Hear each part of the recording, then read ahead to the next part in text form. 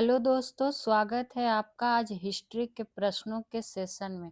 तो चलिए स्टार्ट करेंगे। आज का पहला प्रश्न, वह सुल्तान कौन था जिसने खलीफा के अधिकार को मानने से इनकार कर दिया था? ये आपसे पूछा जा रहा है। ऑप्शन नंबर ए है हमारा अलाउद्दीन खिलजी, बी है गयासुद्दीन तुगलक, सी है मोहम्मद बिन तुगलक या डी है कुतुबुद्दीन मुबारक। तो इसका जो राइट आंसर हो जाएगा option number A, Alauddin Khilji. अब अलाउद्दीन खिलजी से और क्या प्रश्न बन सकते हैं उस पर चर्चा करते हैं। तो सबसे पहली बात आपको पता होना चाहिए, क्या पता होना चाहिए कि ये खिलजी वंश का सम्राट था।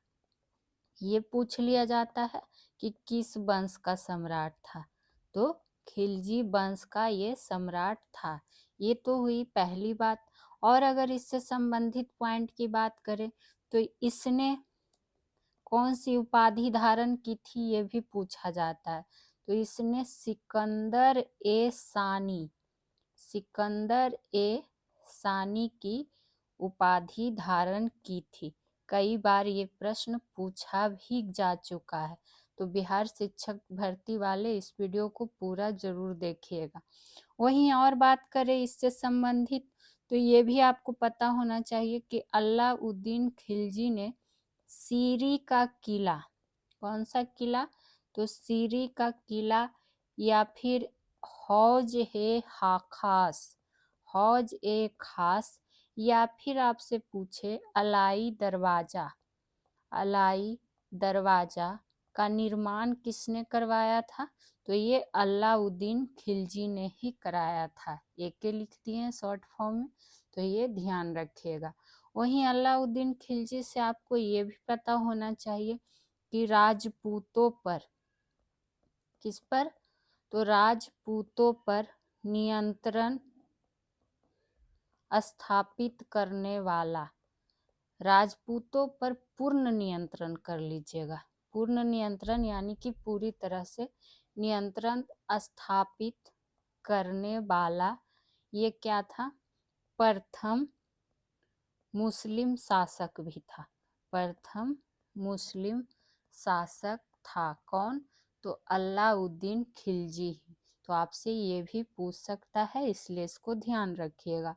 आगे की और पॉइंट की इसमें हम बात करेंगे तो ये भी आपको पता होना चाहिए कि अलाउद्दीन खिलजी, आप खुद देखिए कि अलाउद्दीन खिलजी से कितने प्रश्न और बन रहे हैं। तो ये क्या था? भूमापन व्यवस्था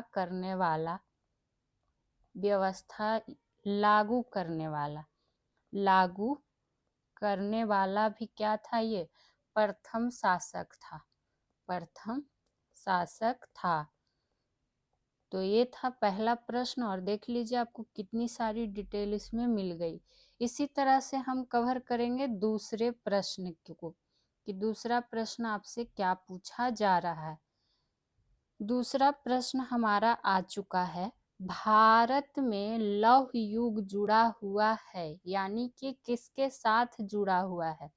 ऑप्शन देखते हैं, चित्रित धूसर मृद भांडों के साथ, या फिर बी है काले और लाल मृद भांडों के साथ, सी है गेरू रंग के मृद भांडों के साथ, या डी है उत्तरी काली पॉलिश वाले मृद भांडों के साथ। इसको स्टार मार्क करिएगा, पूछ सकता है। तो इसका जो राइट आंसर हो जाएगा ऑप्शन नंबर ए, चित्रित धूसर मृद भांडों के साथ। ठीक है, लौह युग की बात आई है तो आपको ध्यान होना चाहिए कि लोहा का भारत में सर्वप्रथम प्रयोग की अगर हम बात करें तो किस काल में हुआ था? तो उत्तर वैदिक काल में हुआ था। ये एक पॉइंट हो गया, उत्तर वैदिक काल में हुआ था। ठीक है, और आप लोग भी नोट डाउन जरूर करते हुए चलिएगा। उसी तरह से आपको ये भी पता होना चाहिए कि भारत में लौह युग की जो शुरुआत हुई, शुरुआत तीसरी शताब्दी, शताब्दी भी ध्यान रखना है, तीसरी शताब्दी, और क्या ध्यान रखना है, तीसरी शताब्दी ईसा पूर्व, यानी कि 1800 से 1200 ईसा पूर्व के बीच हुआ था, ईसा पूर्व के बीच हुआ था, ये भी आपको पता होना चाहिए, बीच हुआ था। ठीक है, चलिए, तो इसमें तो हो गई ये सब जानकारी। बढ़ेंगे तीसरे नंबर प्रश्न पे। एलोरा के प्रसिद्ध कैलाश मंदिर का निर्माण निम्नलिखित में से किस राजा ने किया था, आपसे ये पूछा जा रहा है। तो पहले बात करें तो ये है कहाँ, तो महाराष्ट्र। कहाँ, तो महाराष्ट्र में है एलोरा का कैलाश मंदिर। वहीं अगर बात करें इसके आंसर का, तो ध्यान रखिएगा ऑप्शन नंबर बी, कृष्ण प्रथम और राष्ट्रकूट नरेश कृष्ण प्रथम ने किया था, ये ध्यान रखिएगा, राष्ट्रकूट वंश का। वहीं अगर अब इस मंदिर की बात करें तो आपको ध्यान होना चाहिए कि यह जो है द्रविड़ स्थापत्य शैली में निर्मित, ये भी पूछ सकता है ना कि किस शैली में निर्मित मंदिर है, तो द्रविड़ स्थापत्य शैली में निर्मित एक हिंदू मंदिर है। कैसा मंदिर है, तो एक हिंदू मंदिर है, एलोरा का प्रसिद्ध कैलाश मंदिर की जो बात हो रही है। वहीं अगर बात करें ये किस भगवान को समर्पित है, तो ये भगवान शिव को समर्पित है, शिव को समर्पित है। जो भी जानकारी आपको बताई जा रही है आपके लिए इम्पोर्टेंट है, लिखते हुए चलिएगा। वहीं अगर बात आई है एलोरा के मंदिर की, कैलाश मंदिर की, तो आपको पता होना चाहिए, यहाँ पर लिख देते हैं कि एलोरा में आपसे ये पूछ सकता है कि कितनी शैलकृत गुफाएं हैं, तो 34 शैलकृत गुफाएं हैं। कितनी हैं, तो 34 शैलकृत गुफाएं हैं। ठीक है, ये पॉइंट हो गया। वहीं आपसे गुफा संख्या भी पूछ लिया जा सकता है कि गुफा संख्या 1 से 12 तक में क्या है संबंधित, तो ये बौद्ध धर्म से संबंधित है। किससे संबंधित है, तो बौद्ध धर्म से। उसी तरह से अगर बात करें गुफा संख्या 13 से लेकर 29 तक, तो ये हो जाएगा हिंदू धर्म से संबंधित। हो सके आपसे मिलान करने के रूप में ये प्रश्न दे दिया जाए। वही लास्ट अगर हम बात करें कि 30 से लेकर 34 गुफा संख्या किससे संबंधित हो जाएगा, तो ये हो जाएगा जैन धर्म से संबंधित। किससे, तो जैन धर्म से संबंधित। तो ये सब सारी बिंदु आपके लिए महत्वपूर्ण होने वाला है। चलिए आगे के प्रश्नों पे चर्चा कर लेते हैं। भारत में स्थानीय स्वायत्त शासी संस्थाओं के प्रति सजगता दिखाने के लिए निम्न में से किसे जाना जाता है, ये आपसे पूछा जा रहा है। वहीं इस प्रश्न की जगह आपसे इस तरह से भी अगर पूछ ले कि भारत में स्थानीय स्वशासन का जनक किसे माना जाता है, तो वही आपसे प्रश्न यहाँ पे पूछा गया। तो ध्यान रखिएगा ये लॉर्ड रिपन को माना जाता है। किसे, तो लॉर्ड रिपन को। वहीं अगर हम बात करें तो लॉर्ड रिपन से संबंधित तो इनकी कुछ सुधार वाली घटनाएं हैं, जैसे कि विलियम हंटर के तहत शिक्षा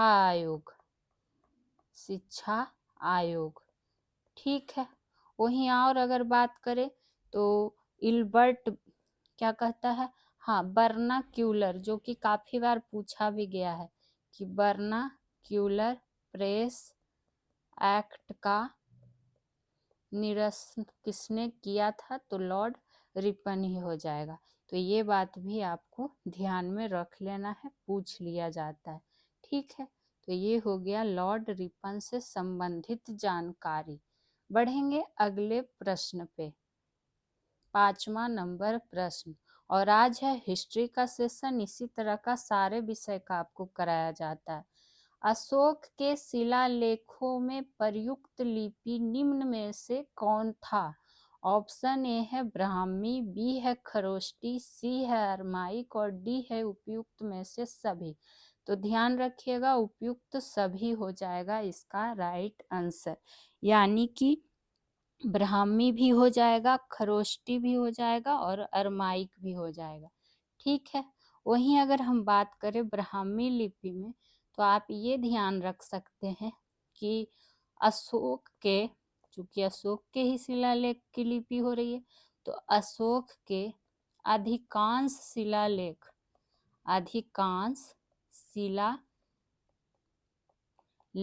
जो है ब्राह्मी लिपि में ही उत्कीर्ण कराए गए हैं, ब्राह्मी लिपि में उत्कीर्ण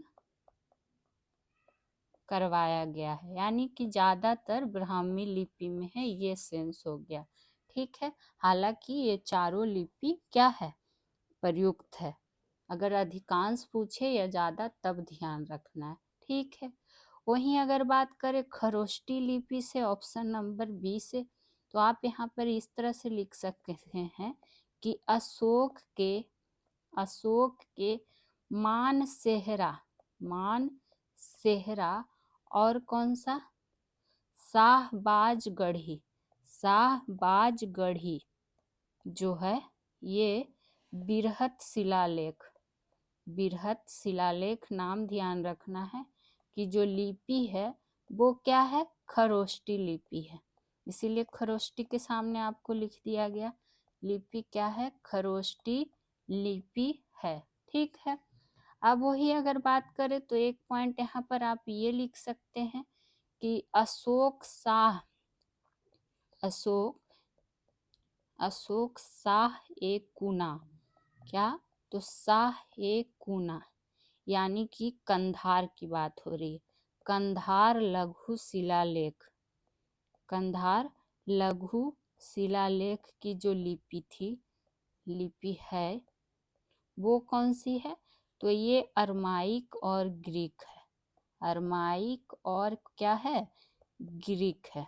तो देखिए सारे लिपि के बारे में आपको बता दिया गया कि कौन सा। वहीं अगर आपसे ये प्रश्न पूछ लिया जाए कि अशोक के लिपि को, काफी बार ये पूछा भी पॉइंट गया है कि अशोक के लिपि को सर्वप्रथम किसने पढ़ा था, तो ये सर्वप्रथम 1837 में जेम्स प्रिंसप ने पढ़ा था। किसने, तो जेम्स प्रिंसप ने पढ़ा था। तो बिहार की किसी भी एग्जाम के लिए इम्पोर्टेंट होगा ये सेशन। चलिए आगे प्रश्न पे चर्चा करते हैं। 6 नंबर प्रश्न क्या है, 6 नंबर प्रश्न, निम्नलिखित में से कौन सा एक उत्तर भारतीय मंदिर स्थापत्य की विशेषता नहीं है, पूछा जा रहा है। ठीक है, ऑप्शन ए है शिखर, बी है गर्भगृह, सी है गोपुरम या डी है प्रदक्षिणा। तो ध्यान रहिएगा, ऑप्शन नंबर सी होगा, गोपुरम जो इसकी नहीं है, बाकी शिखर हो गया, गर्भगृह हो गया, प्रदक्षिणा हो गया, इसकी विशेषता के अंतर्गत आते हैं। वहीं अगर बात आई है तो ध्यान रखिएगा कि भारतीय मंदिरों के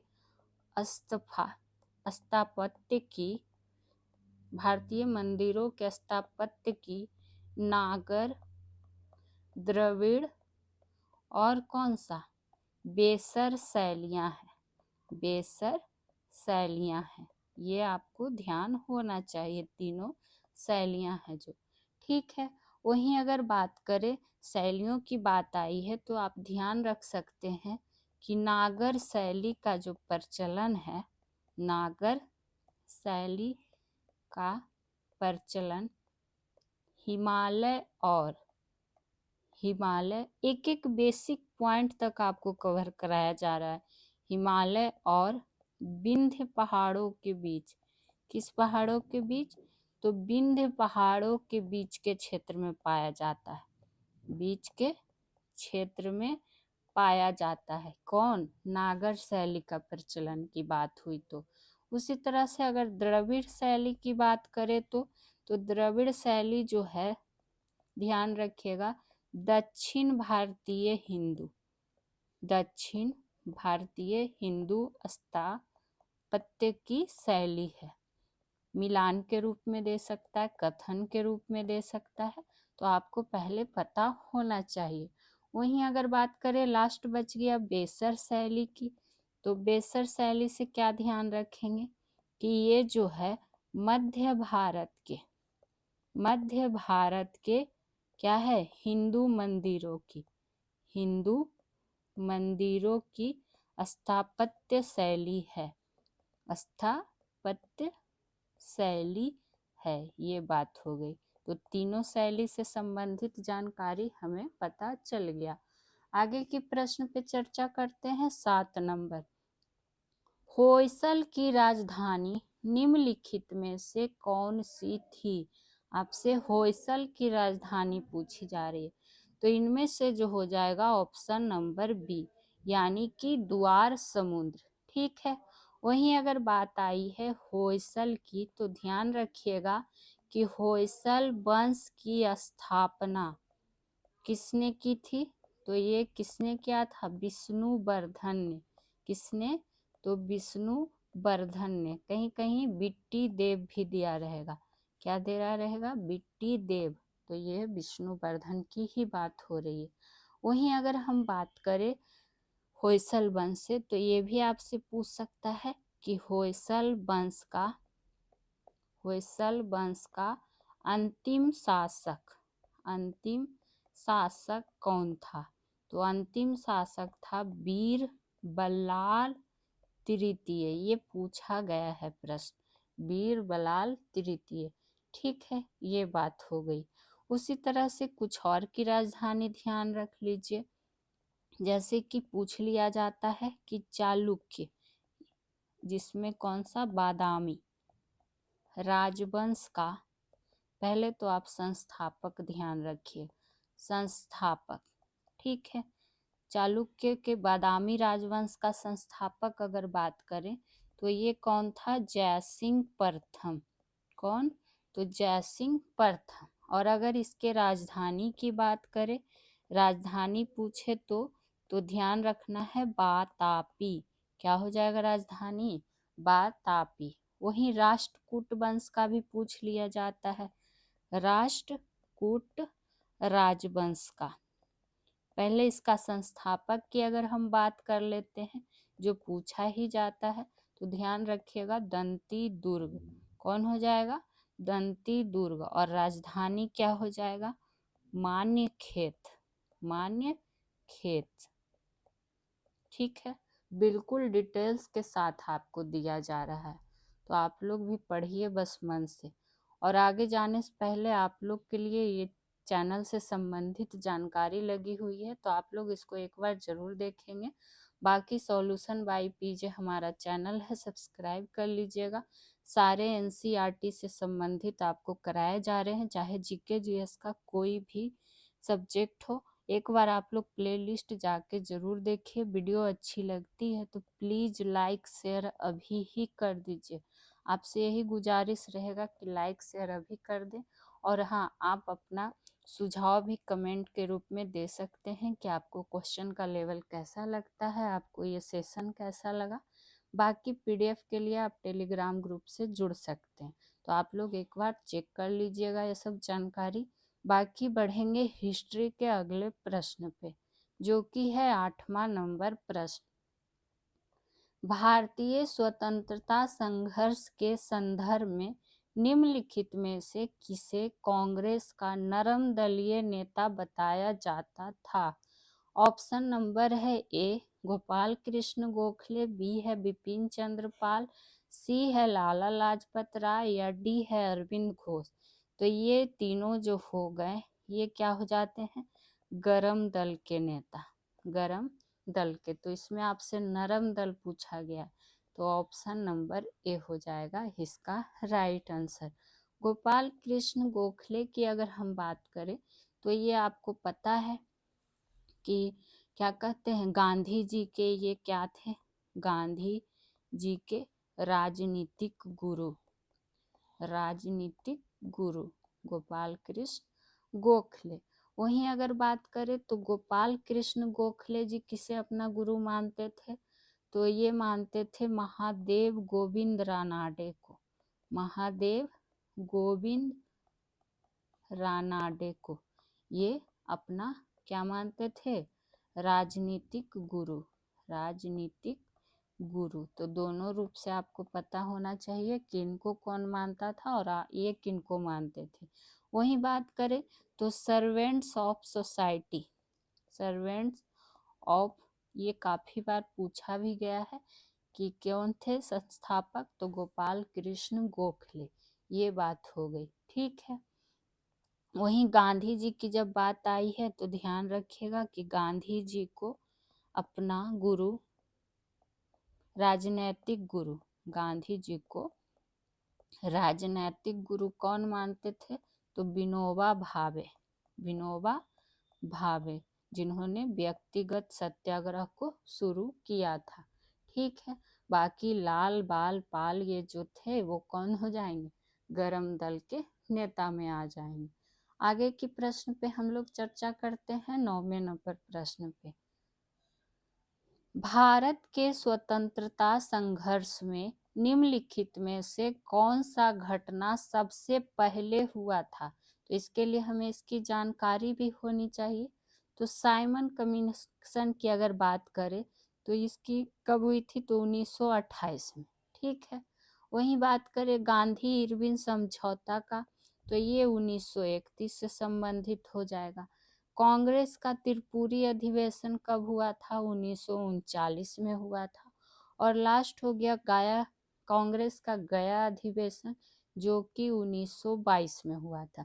तो अब देख लीजिए कौन सी घटना सबसे पहले हुआ, तो कांग्रेस का गया अधिवेशन हो जाएगा इनमें से राइट आंसर। ठीक है, कांग्रेस का गया अधिवेशन कैमा अधिवेशन था, 38वां अधिवेशन, जिसकी अध्यक्षता की अगर बात करें तो अध्यक्षता किसने किया था, तो CR दास जी ने, चित्तरंजन दास जी ने किया था, जिनको क्या कहा जाता है, देश बंधु भी कहा जाता है, देश बंधु भी कहा जाता है। तो ये आपको पता होना चाहिए।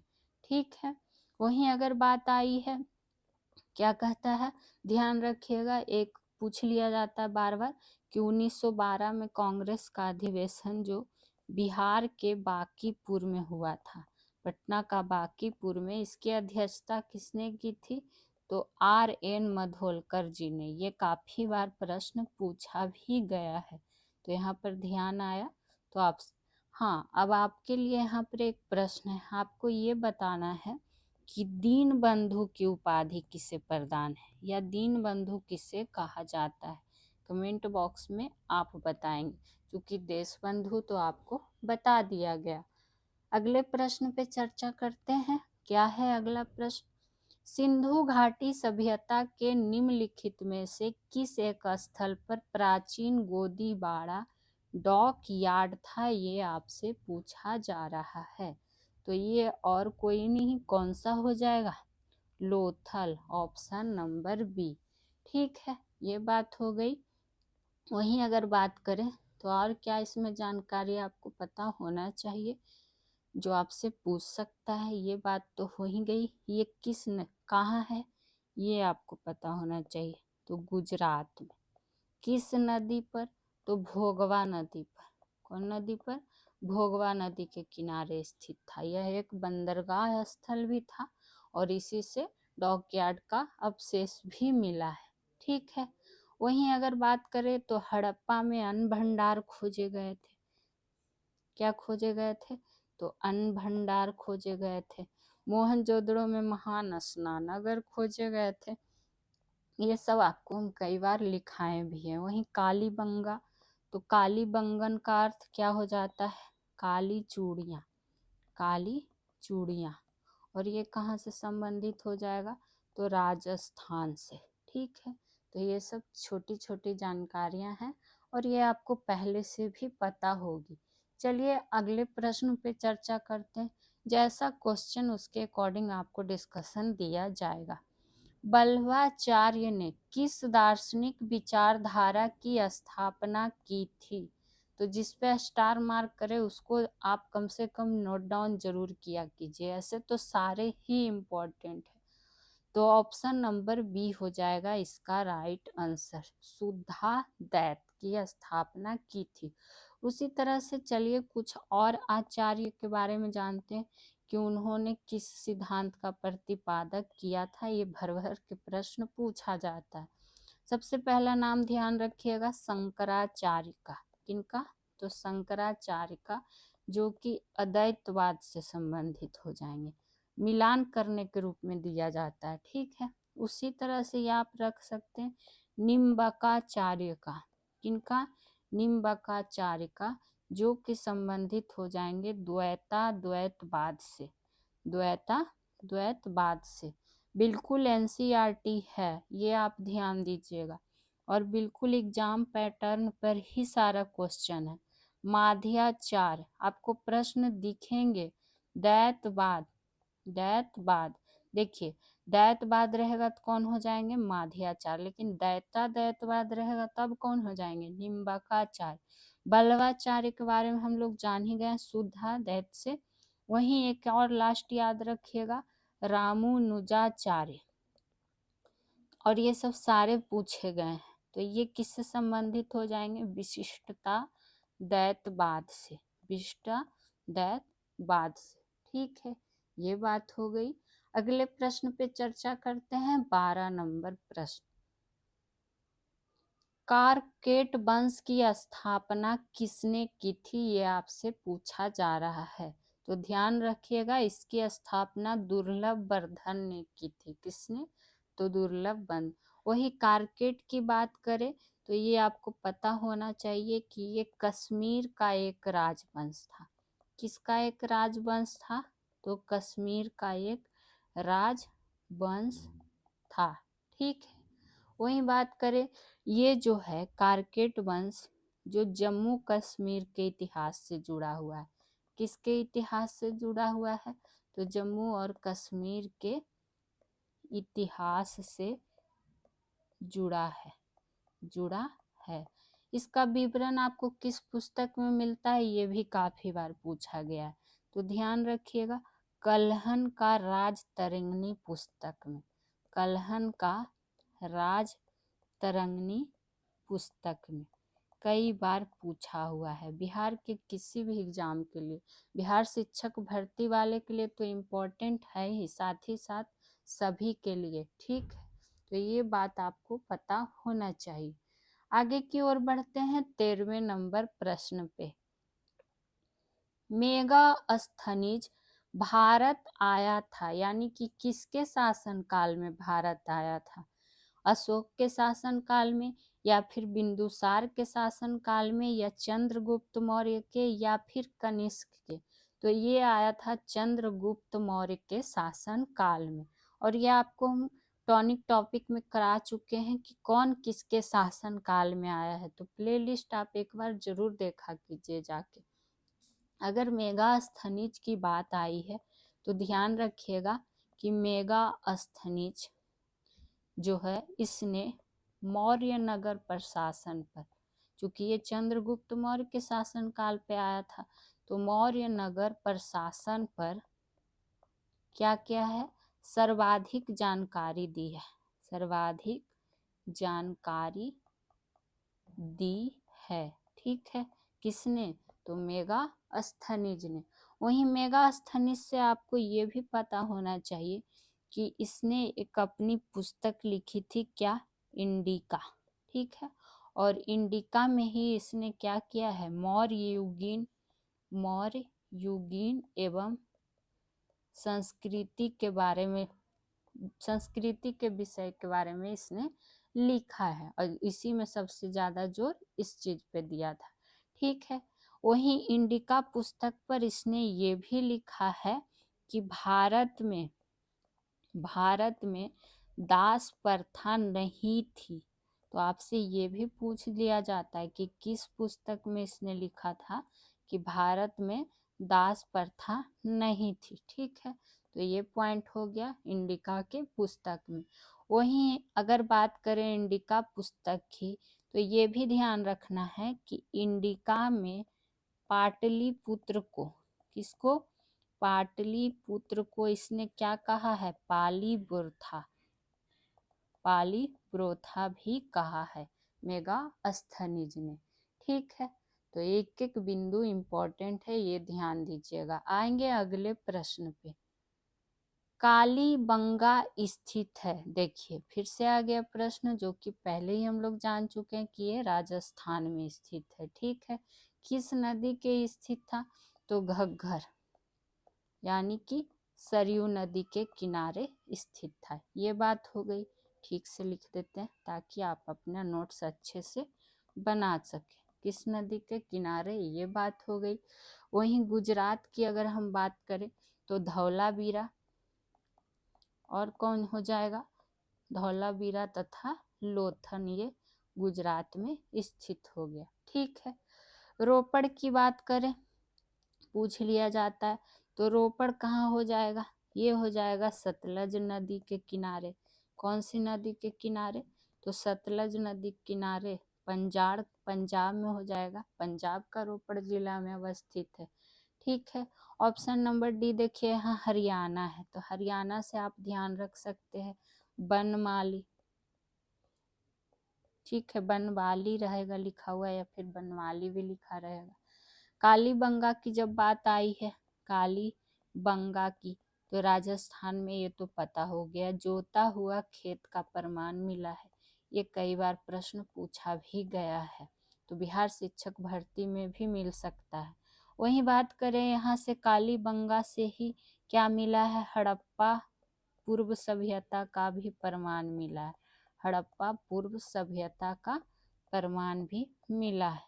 ठीक है, चलिए आगे की ओर बढ़ेंगे 15 नंबर प्रश्न पे। 15 नंबर प्रश्न क्या है, दक्षिण भारत की सर्वाधिक प्राचीन एवं समृद्ध भाषा कौन सी है।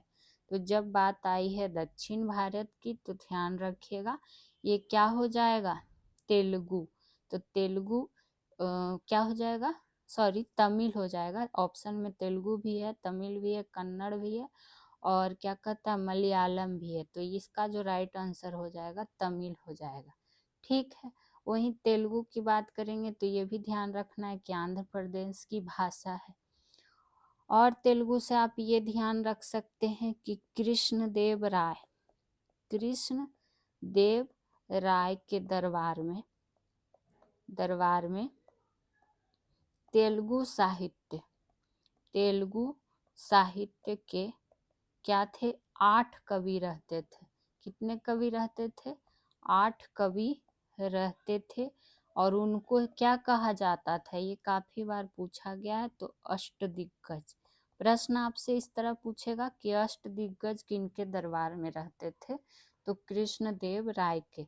वहीं कन्नड़ की बात करें तो कन्नड़ जो है ये कर्नाटक और क्या कहता है, कर्नाटक तथा इस तरह से लिख लीजिए, कर्नाटक की क्या है, राजकीय भाषा है, राजकीय भाषा है कन्नड़।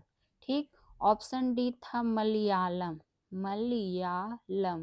तो मलयालम कहाँ की राजकीय भाषा हो जाएगी, ये केरल की हो जाएगी। तो आपको ये पता होना चाहिए।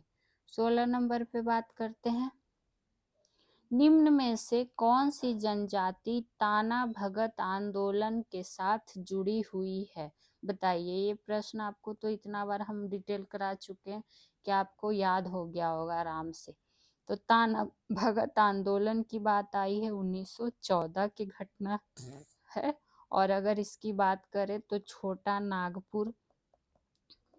नागपुर क्षेत्र में ये एक आंदोलन था। और किस जनजाति के द्वारा किया गया था, तो उराव जनजाति। ठीक है, वही बात करें इसके नेतृत्वकर्ता का कि नेतृत्वकर्ता कौन थे, तो नेतृत्वकर्ता कौन थे, जतारा भगत। कौन हो जाएंगे, जतारा भगत। ठीक है, इसलिए तो इसको उराव ताना भगत आंदोलन के नाम से भी जाना जाता है। बाकी देखिए मुंडा विद्रोह, संथाल विद्रोह, ये सब आपको इतना बार करा चुके हैं, जो भी रेगुलर सेशन देखते होंगे उनको पता होगा। तो कुछ जानकारी आप लोग भी खुद से कर दिया कीजिए कि इसका क्या आंसर होगा। नौजवान भारत सभा किसने स्थापित किया था? तो इनमें से जो इसका आंसर हो जाएगा ऑप्शन नंबर सी, सरदार भगत सिंह जी ने किया था। कब किया था? तो 1926 में। कब? तो 1926 में। वहीं अगर बात करें तो यह जो है नौजवान भारत सभा हिंदुस्तान रिपब्लिकन एसोसिएशन का ही क्या था? हिस्सा था। तो ये बात भी आप ध्यान रख लीजिएगा।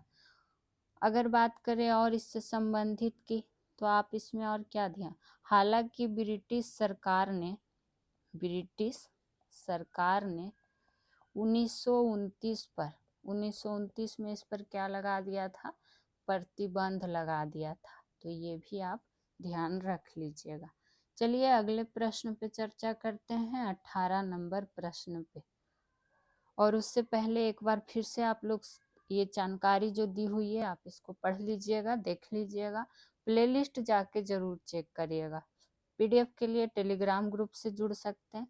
बाकी बस आपसे यही रिक्वेस्ट रहेगा कि चैनल को सब्सक्राइब जरूर कर लीजिएगा, आने वाली नोटिफिकेशन के लिए बेल आइकन पे क्लिक कर लीजिएगा। बाकी लाइक शेयर तो जरूर करिए, वीडियो आपको अच्छी लगे तभी करिए, मगर करिए। और हाँ, कमेंट करके ज़रूर बताया कीजिए कि आपको कैसा लगता है, या फिर आप अपने कुछ सुझाव भी दे सकते हैं। तो आप लोग सपोर्ट कीजिए, बाकी आपके लिए बेहतर से बेहतर क्लास लाया जाएगा। 18 नंबर प्रश्न है, और बिहार शिक्षक भर्ती वाले तो वीडियो को पूरा देखा करें। बुद्ध, धम्म और संघ मिलकर क्या कहलाते हैं? तो ये कहलाते हैं त्रिरत्न। ऑप्शन नंबर ए होगा इसका राइट आंसर। ठीक है। वहीं अगर बात करें तो 3 पिटक भी आपको ध्यान होना चाहिए। 3 पिटक में कौन सा? सूत पिटक, विनय पिटक और कौन सा? और हो जाएगा अभिधम पिटक। ये भी आपसे पूछ लिया जाता है। ठीक है। वहीं बात करें, अगर आपको पता होना चाहिए कि क्या, कि बौद्ध संघ द्वारा, किसके द्वारा? तो बौद्ध संघ द्वारा बनाए गए नियमों के जो संदर्भ है वो आपको किस पिटक में मिलते हैं? तो वो आपको मिलते हैं विनय पिटक में। किसमें? तो विनय पिटक में। तो ये बात आपसे पूछ लिया जाता है। वहीं विनय पिटक से आप एक चीज और ध्यान रख सकते हैं कि बुक ऑफ डिसिप्लिन के नाम से भी इस तरह से लिखिएगा कि बुक ऑफ डिसिप्लिन के नाम से भी इसे जाना जाता है। ठीक है। हिंदी इंग्लिश ठीक नहीं लग रहा है जी, हिंदी में ही लिखते हैं या फिर पूरे इंग्लिश में ही लिखते हैं? तो बुक ऑफ डिसिप्लिन के नाम से इसे जाना जाता था, विनय पिटक को। ठीक है, ये बात हो गई। अगले प्रश्न पे बढ़ते हैं कि अगला प्रश्न क्या है। बिहार में 1857 की क्रांति के नेता कुंवर सिंह का देहांत कब हुआ था? तो बिहार में 1857 की क्रांति की जब बात आई है, ये आपको बहुत बार डिटेल में करा चुके हैं। तो आज इसमें इसका बस आंसर जानते हैं। ऑप्शन नंबर ए, 26 अप्रैल 1858 को इनका क्या हुआ? देहांत हुआ, जो कि लगभग उम्र की अगर हम बात करें तो 80 वर्ष थी। कितनी वर्ष थी? 80 वर्ष थी। उसी तरह से बस यहाँ पर एक पॉइंट आप ये ध्यान रख सकते हैं कि 1857 के सिपाही विद्रोह में शहीद होने वाला प्रथम नायक पूछेगा तो प्रथम नायक कौन थे? मंगल पांडे, मंगल पांडे। लेकिन अगर वही दूसरा अंतिम नायक पूछे तो कि अंतिम नायक कौन थे शहीद होने वाला, तब ध्यान रखना है तात्या टोपे, तात्या टोपे। बाकी तो कई बार आपको बताए हैं कहाँ से शुरुआत हुआ, क्यों हुआ, कौन किसने कहाँ से नेतृत्व किया। ठीक है, चलिए। राजकुमार शुक्ल किस गांव के निवासी थे? तो ये थे भरहवा गांव के, मुरली भरहवा के। ऑप्शन नंबर सी होगा इसका राइट आंसर। वहीं आपसे ये भी पूछा जाता है कि चंपारण में आग्रह किसने किया था महात्मा गांधी जी को आने के लिए? तो ये आपको पता होना चाहिए कि राजकुमार शुक्ल ने किया था। ठीक है, ये बात कई बार पूछा गया, तो इस प्रश्न में कुछ खास और था नहीं। सीधे बढ़ेंगे आज के अगले प्रश्न पे कि अगला प्रश्न आपसे क्या पूछा जा रहा है, और जो कि होगा आज के सेशन का लास्ट प्रश्न। सदाकत आश्रम की स्थापना हेतु लगभग 20 एकड़ जमीन किसने दान में दी थी? ये आपसे पूछा जा रहा है। तो सबसे पहली बात अगर हम इसकी बात करें कि इसकी स्थापना जो है मौलाना मजहरुल हक ने किया था। किसने किया था? तो मजरूल हक ने किया था। और इनके ही दोस्त थे कौन? खैरू मियाँ, जिन्होंने 20 एकड़ जमीन क्या किया था? दान में दे दिया था। तो ये आपको पता होना चाहिए। ठीक है, अगर वही बात करें तो असहयोग आंदोलन के दौरान, किस आंदोलन के दौरान? तो असहयोग आंदोलन के दौरान इसका निर्माण किया गया। किसका? सदाकत आश्रम का निर्माण किया गया था। अगर ईस्वी पूछे तो ईस्वी भी ध्यान रख लीजिएगा कि 1921 में किया गया था। कब किया गया था? तो 1921 में किया गया था। सदाकत की अगर हम बात करें तो ये एक क्या है? अरबी शब्द है, अरबी शब्द है जिसका अर्थ की अगर बात करें तो सत्य होता है। क्या होता है इसका अर्थ? सत्य होता है। ठीक है, तो ये बात आपको पता होना चाहिए। तो आज की वीडियो कैसी लगी बताइएगा ज़रूर। फिर मिलेंगे। सॉल्यूशन बाय पीजे सब्सक्राइब कर लीजिएगा। वीडियो अच्छी लगे तो लाइक शेयर कर दीजिएगा। Thank you.